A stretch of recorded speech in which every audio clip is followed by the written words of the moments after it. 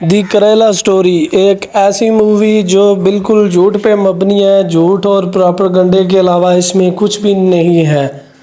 नाज़रीन, ये एक ऐसी मूवी है जो इस्लाम के ख़िलाफ़ बनाई गई है और इसमें यह दिखाया गया है कि कुछ लड़कियों को जो टेररिस्ट हैं वो लेके जाते हैं, उनको इस्लाम कबूल करवाते हैं और एक लड़की के ज़रिए उनको ब्लैकमेल किया जाता है। लड़की इनको ये कहती है कि जो लोग हिजाब में होते हैं, जो लड़कियां हिजाब में हैं, उन पे कोई भी जो आतंकी ग्रुप है वो उसका रेप नहीं करता, उसकी इज़्ज़त के साथ खिलवाड़ नहीं करता। इस तरह की बातें नाज़रीन इसमें दिखाई गई। नाज़रीन, इसमें दिखाई जाने वाली जो बातें हैं वो ये भी हैं कि वो लड़के जो हैं उनको मुसलमान जो टेररिस्ट ग्रुप है वो ऐसा ग्रुप है जो उन लड़कों से ये कहता है कि आपने हिंदुस्तान की लड़कियों को अपने जाल में फंसाना है, मोहब्बत के जाल में, और उसके बाद उनको जो है वो इस्लाम कबूल करवाना है, उनके साथ रेप करना है या और भी एवरीथिंग जो बातें वो इनको बताते हैं। और ये सारा जो प्रोपेगेंडा है नाज़रीन, ये ना सिर्फ मुसलमानों के ख़िलाफ़ किया गया बल्कि तो नाज़रीन कांग्रेस की हुकूमत है केरला में, तो उसको भी बदनाम किया जा रहा है और मुसलमानों को भी बदनाम किया जा रहा है। नाज़रीन, इससे पहले एक फ़िल्म आई थी, उसका नाम था दी कश्मीर फाइल, तो वो मूवी भी जो थी वो कुछ इसी प्रकार की थी और उसमें भी कुछ इसी तरह मुसलमानों के ख़िलाफ़ प्रोपेगेंडे दिखाए गए। तो यहाँ पे भी मैं आपको बताऊं कि जो नरेंद्र मोदी हैं वो अपने जलसों में इस मूवी को प्रमोट कर रहे हैं और इसके बारे में इस लोगों को वो बता रहे हैं जी कि द करेला स्टोरी इज़ बिगेस्ट मूवी या और अदर एवरीथिंग बातें। और वो उसका रीज़न नाज़रीन सिर्फ ये नहीं है कि मुसलमानों को बदनाम किया जाए, उसका रीज़न ये भी है कि जो करेला में उनकी दूसरी हुकूमत है तो उसको भी जो है वो नीचा दिखाने की कोशिश की जाए और ये दिखाया जाए कि इनकी हुकूमत में इस तरह से ये सारे प्रोपेगेंडे या ये वाले कांड जो हैं ये किए गए।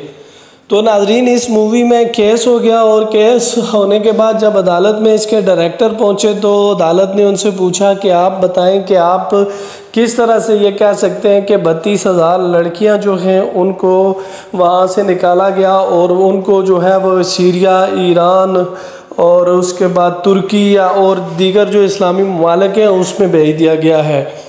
तो नाज़रीन, उन्होंने ये कहा है कि हमें बस व्हाट्सएप पे कुछ थोड़ी बहुत ही कहानी हमें पता थी तो उस पर हमने फ़िल्म बना दी। तो मैं आपको बताऊं नाज़रीन कि ये इन लोगों ने ऐसी फ़िल्म बनाई है कि इनके पास थोड़ी सी इन्फॉर्मेशन थी और उस पर इन्होंने पूरी फ़िल्म बना डाली।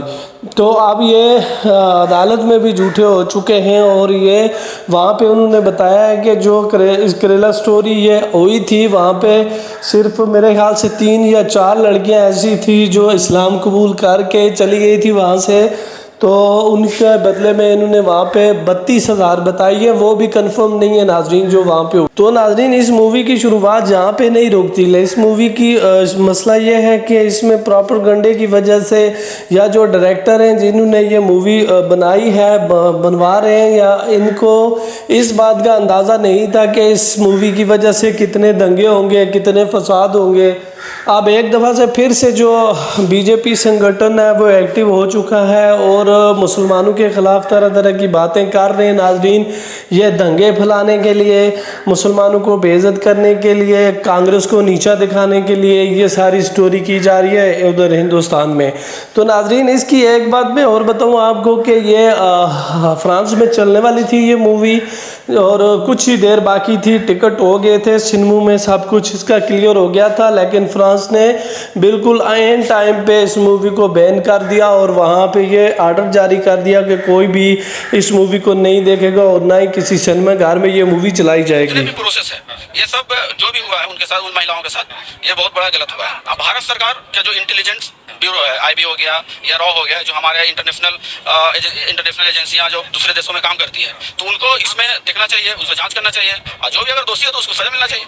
जी, बताया जा रहा है कि 30,000 से लेकर 50,000 लड़कियों को वहां से उनको उठा के लेके गया, सीरिया लेके जाया गया, इसके अंदर बलात्कार किया गया, तमाम की घटनाएं की गई। तो क्या लग रहा है कि उनका उद्देश्य भी था कि केरला को इस्लामिक स्टेट बनाना? अच्छा सर, मैं एक क्वेश्चन इसमें आ सकता है सर, इसमें एक क्वेश्चन हो रही है, गवर्नमेंट पे उठ सकती है। अगर मान के चलिए अगर 50,000 आप बोल रहे हैं, 1-2 महिला या 10 महिला हो तो नहीं चल सकता। अगर 30 to 50,000 महिलाएं अगर हमारे देश से बाहर जा रही हैं तो उसका पासपोर्ट की क्या प्रोसेस हो रही है, उसका मान लिया कि जो पासपोर्ट बनने में तो आपको पता है क्या इशू होती है, अगर दूसरे देश जाना है तो हमको वीजा की जरूरत पड़ती है, तो सब प्रोसेसिंग सवाल वही उठता है ना, वहाँ पे केस नहीं किया गया, वहाँ पे सिर्फ 350 लगभग एफआईआर हुआ है वहाँ पे केरला में, जो केरला गवर्नमेंट थी उसने एफआईआर भी दर्ज नहीं करी है किसी की। तो सर ठीक है, अगर मान के चलिए स्टेट गवर्नमेंट अगर फेलवर है तो हमारी सेंट्रल गवर्नमेंट जो वीजा लगती है उसमें स्टेट गवर्नमेंट से उसमें रोल नहीं होता। एक्सटर्नल अफेयर जो होती है हमारी उस मंत्रालय उसका काम होता है, तो विदेश मंत्रालय उसको जब तक के वेरिफिकेशन ठहराया जाए तो आप उसको सच कैसे मान लोगे? ये बताओ ना। आप किसी को सोचो कि प्रोपोगेंडा है, प्रोपेगेंडा है बिल्कुल। अभी से कहिए कि केरला फाइल उसने बना दी, कहीं कोई सबूत नहीं है, कुछ नहीं है, फिल्म उसने चालू कर दिया। दिखाया बकायदा उसमें इंटरव्यू चला हुआ है। किसका इंटरव्यू चला हुआ है?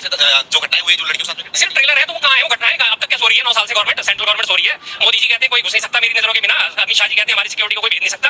9 साल से सारे प्रोपेगेंडा चल रहे हैं, उनको खबर ही नहीं है। सिर्फ एक इस बात को कह के कि दूसरे उसकी सीट पे दूसरी गवर्नमेंट है इसलिए हम इसमें कुछ नहीं करेंगे। बताइए क्या लग रहा है क्यों प्रोपोगेंडा क्यों हो सकता है? चल रहा है क्यों प्रोपोगेंडा क्यों हो सकता है? साल हो गए सेंट्रल गवर्नमेंट को बैठे हुए, हमारी रॉ का फेलियर है, आईटी का फेलियर है। और दूसरी तरफ जो लोग हैं वो भड़के हुए हैं, मुसलमानों हम ये कर देंगे वो कर देंगे। और नाजरीन एक बात मैं और बताऊं, एक जहाँ वहाँ पे लुगड़ था, लुगड़ ने ये कहा कि आप इन कायरू से डरते हो, तो मैं इसको ये बताना चाहता हूँ कि चूतिया अगर पाकिस्तान अगर मुसलमान बुज़दिल होता तो 70 साल से वो निहत्थे थे और अपनी आज़ादी के लिए जद्दोजहद ना कर रहे होते। तुम लोगों के पास क्या है, तुम्हें गवर्नमेंट तलवारें बांटती है, तुम्हारी गवर्नमेंट तुम्हें असले देती है और तुम्हें बिल्कुल प्रोटेक्शन देती है कि आप जाके मुसलमानों पे हमला करो और ये बोलो कि हमने आतंकियों पे हमला कर दिया और ये इन्होंने इस तरह के कांड किए थे। तो कभी उनको अपनी जगह पे रखो और ख़ुद को उनकी जगह पे रख के सोचो कि अगर उनकी जगह तुम लोग होते तो तुम्हारी चूं तक नहीं निकलती। वो लोग हैं जो आज भी पुरअमन प्रोटेस्ट कर रहे हैं और अपनी आज़ादी की बात कर रहे हैं। और उनमें सिर्फ इतनी बात नहीं है, वो मुहिब वतन भी हैं, वो अपने मुल्क के लिए जान भी दे सकते हैं, उनके लिए सब कुछ भारत है, वो कुछ भी कर सकते हैं भारत के लिए। आप लोग तो उनको दिखा रहे हो ना कि ये पाकिस्तानी हैं, ये फलां हैं, वो सिर्फ़ और सिर्फ आज़ादी मांग रहे हैं अपने दीन के लिए। वो आज़ादी मांग रहे हैं कि हमें हमारे राइट्स जो हैं वो दिए जाएँ। तो निहत्थे लोगों पे हमला करके आप उनको मारते हो और बाद में ये कहते हो कि भाईजान ये तो कायर है। अबे फिर मैं वही बात करने वाला हूँ कि अगर उनकी जगह तुम लोग होते तो चूं तक तुम्हारे मुंह से ना निकलती। जिहाद कहता है, जिहादी तो ये पूरी कौमी बन गई है। ये गजवाए हिंद की बात करते हैं, ये बाबर की, ये औरंगजेब के सपनों की बात करते हैं कि उनको पूरा करेंगे, भारत को गजवाए हिंद बनाएंगे। इस फिल्म के अंदर स्पष्ट हो गया साफ कि मेरे देश की बहनों और वो नौजवान भाइयों जो सेकुलर बनकर हिंदू मुस्लिम की बात करते हो तो जाओ एक बार इस फिल्म को जाकर देखो।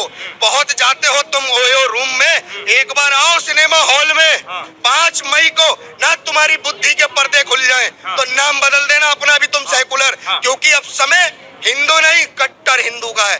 हम तो ये देखते हैं तो सीरिया, ईरान, इराक, टर्की जैसे एरिया में ले जा करके हमारी बहन बच्चियों का 100 आज मुसलमान द्वारा करवाया जा रहा है। और मैं दोस्तों मेरी ये वीडियो बनाने का मतलब किसी को सैड करना या किसी को हरास करना बिल्कुल भी नहीं है। मैं सिर्फ एक हकीकत से पर्दा उठाने के लिए आपको ये वीडियो में कर रहा हूँ और आपको एक हकीकत दिखाना चाहता हूँ कि इसमें सच कितना है और झूठ कितना है। और ये जो इनके थे डायरेक्टर थे इस मूवी के, उन्होंने जब अदालत में पहुँचे तो उन्होंने ये कहा कि 2010 में जो केरला के वो थे ने एक वो बयान दिया था कि इस तरह से हमारी लड़कियों को मुसलमान किया जा रहा है या और जो भी है, तो उस बयान को देखते हुए हमने ये मूवी जो है वो बनाई है। तो नाजरीन जहाँ पे अगर ये मुहिब वतन है तो ये पुरअमन सोचते, ये इस तरह से नहीं सोचते। हर वो बंदा जो अपने मुल्क में दंगे करता है, फसाद करता है, लड़ाइयाँ करता है, वो टेररिस्ट है। सिर्फ और सिर्फ ये मुसलमानों को कहते हो। और नाज़रीन मैं आपको एक बात और बताऊँ कि मुसलमान एक और का इंटरव्यू भी मैं आपको दिखाऊंगा। 33,000 लड़कियों को जिनको जबरन मुसलमान करा गया, मुसलमान लड़कों ने शादियां करी, तो उतनी पागल थी कि एयरपोर्ट पे जब उनको ले जाया जा रहा था तो वो नहीं बोली। 33,000 से तो घटते घटते वो 3 की लिस्ट आ गई। वहाँ 7 पहलवान बैठी है, तो 3 पे स्टोरी बना रहा है। निर्भया कांड हुआ था, कहाँ मर गया था तू? इस्लाम के साथ आतंकवाद। मुसलमान थोड़ा गाफिल होता है। मुसलमान पता नहीं कहाँ सोए पड़े थे जब 90 के बाद ऐसी फिल्में दिखानी शुरू हुई जहाँ मुसलमानों को आतंकवादी दिखाया गया। तो मुसलमानों को भी सच्चाई दिखानी चाहिए थी कि आरएसएस क्या कर रही है, बजरंग दल क्या कर रही है, ये नफरती गेंडे क्या कर रहे हैं। आप लोग देखिए सुदर्शन चैनल का मालिक जो कह रहा था हम 20 20 लाख मुसलमान लड़कियों को जबरन धर्म परिवर्तन कराएंगे, तो मुसलमानों को भी अवेयर होना चाहिए था, उनको भी ऐसी छोटी छोटी फिल्में बनानी चाहिए थी। मुसलमानों को रमजान में टारगेट करा जाता है, गुंबदों पे जाके भगवा झंडे फहराए जाते हैं, 5000 कुरान चला दिए जाते हैं, टोपी दाढ़ी को टारगेट करा जाता है, और फिर भी मुसलमान आतंकवादी है। भारत की जनता रोजगार मांगती है, मुसलमान आपसे रोजगार नहीं मांगता, मुसलमान आपसे रोजगार नहीं मांगता, वो आज भी अल्लाह पर यकीन रखता है। आरएसएस एक आतंकवादी संगठन है भारत